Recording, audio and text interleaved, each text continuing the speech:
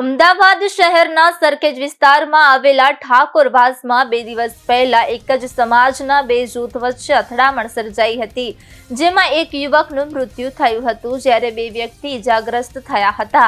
મોબાઈલમાં સ્ટેટસ મૂકવાને લઈને થયેલી માથાકૂટમાં આ બનાવ બન્યો હતો, જેમાં સરખેજ પોલીસ દ્વારા 5 આરોપીઓની ધરપકડ કરવામાં આવી હતી।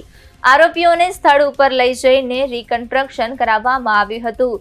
સરખેજ પોલીસ દ્વારા 5 આરોપીઓને દોરડા વડે બાંધીને ઠાકોરવાસ જે જગ્યા ઉપર મારામારીનો બનાવ બન્યો હતો ત્યાં લાવવામાં આવ્યા હતા।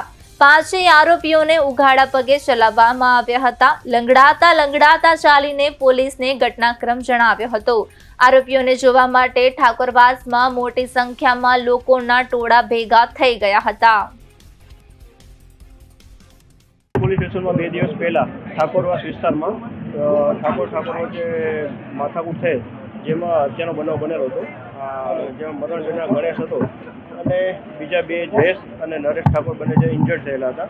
આ બનાવનું મુખ્ય કારણ હતું કે જે ફરિયાદી પક્ષમાં સાહેબ છે આશિષ ઠાકોરે પોતાના મોબાઈલ સ્ટેટસમાં સામેવાળાને લગતા લાગુ પડતું ગાળો ને એવું બધું લખેલું હતું, જેથી સામેવાળા પક્ષે એમને સમજાવે પહેલાં, પણ આને કંઈ પોતાનું સ્ટેટસ દૂર કરેલ નહીં, જેથી એ બાબતેનો ખાર રાખી અને સામેવાળા પક્ષે એ લોકો સાથે માથાકૂટ કરે, જેમાં હત્યાનો બનાવ બન્યો।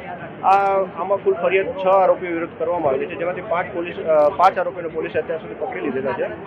એ 5 આરોપીઓ ત્યાં રિમાન્ડ ઉપર હોય અને તે અહીંયા બનાવવાળી જગ્યાએ પોતે કઈ રીતના આવ્યા, કઈ રીતના બનાવ બન્યો એ જણાવવા માંગતા હોય, જેથી ડેમોન્સ્ટ્રેશન પંચનામું કરવું જરૂરી હોય, જેથી અહીંયા જગ્યા ઉપર એને હાલમાં લઈને આવેલા છીએ।